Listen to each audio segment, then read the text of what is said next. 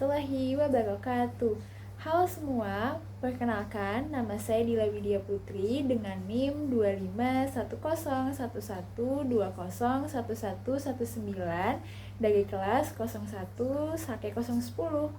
Video ini dibuat dengan tujuan untuk memenuhi tugas akhir mata kuliah pengantar manajemen dan bisnis dengan dua materi yang akan saya bahas.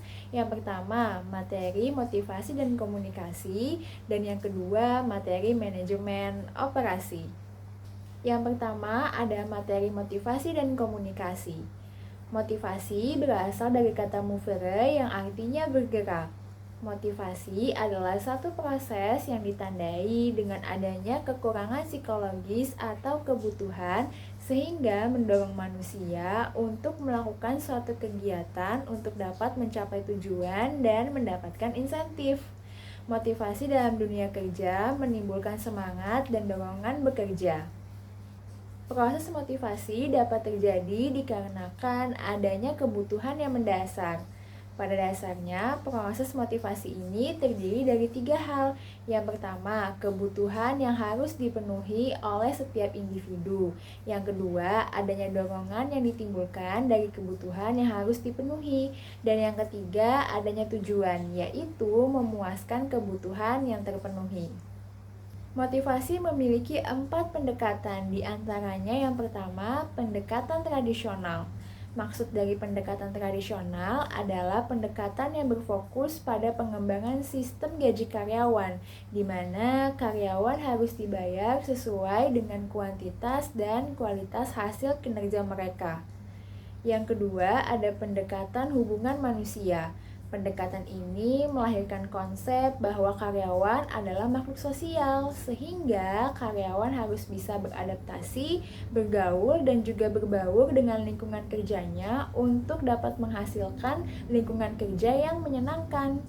Yang ketiga, ada pendekatan sumber daya manusia yang memberikan kesan bahwa karyawan adalah kompleks dan termotivasi oleh beberapa faktor.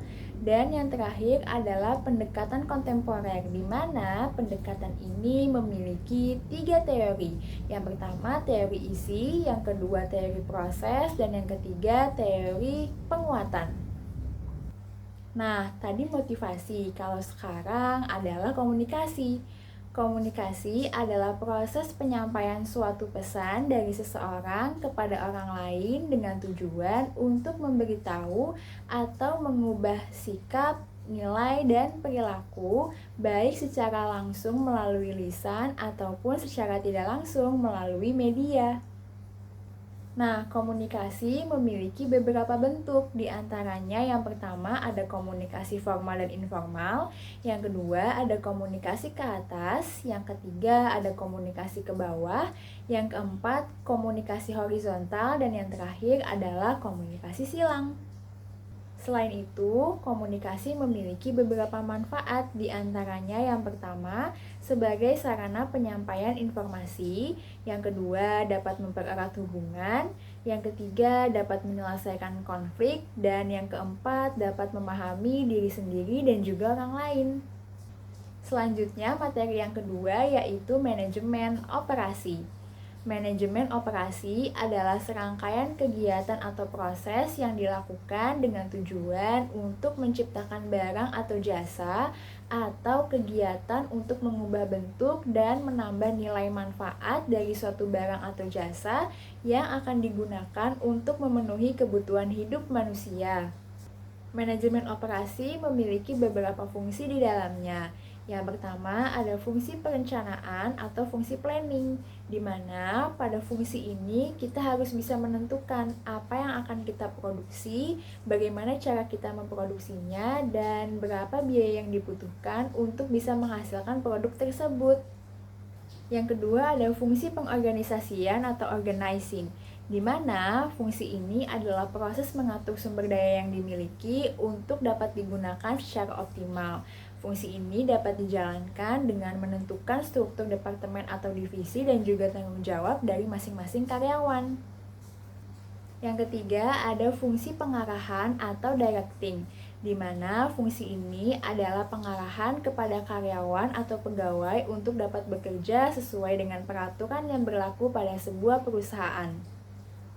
Dan yang terakhir adalah fungsi pengendalian atau controlling, di mana fungsi ini memastikan hasil kinerja karyawan yang harus sesuai dengan standar yang telah ditetapkan. Nah, selain fungsi, manajemen operasi juga memiliki manfaat di dalamnya.